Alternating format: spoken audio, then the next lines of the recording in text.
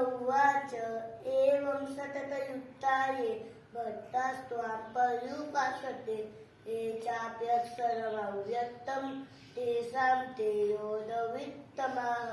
श्रीभगवानुवाच मय्यावेश्मनो ये मां नित्ययुक्ता उपासते श्रद्धया परयोपेत ते मे युक्ततमा मताः।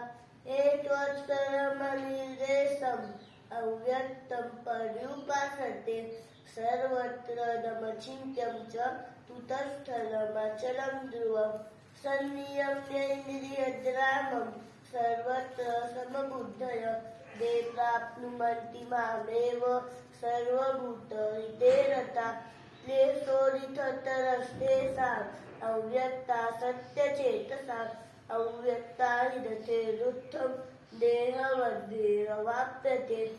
एतु सर्वाणि धर्माणि मयि सन्न्यस्य मत्परा अनन्येन योगेन मां मायन्त उपासते तेषामहं समुद्धर्ता मृत्युसंसारसागरात्।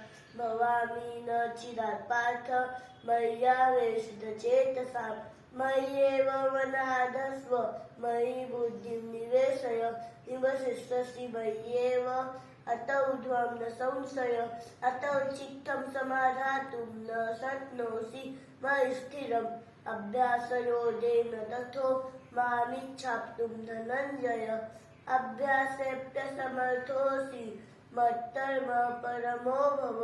मदर्थम् अपि कर्माणि तुर्वं सिद्धिमवाप्स्यसि अथैतदप्यसक्तोऽसि कर्तुमद्योदमाश्रितः सर्वकर्मफलत्यागं ततः रुरुतात्ममां। श्रेयो ज्ञानाभ्यासः निर्ममो निरहङ्कारः समदुःखसुतः समी।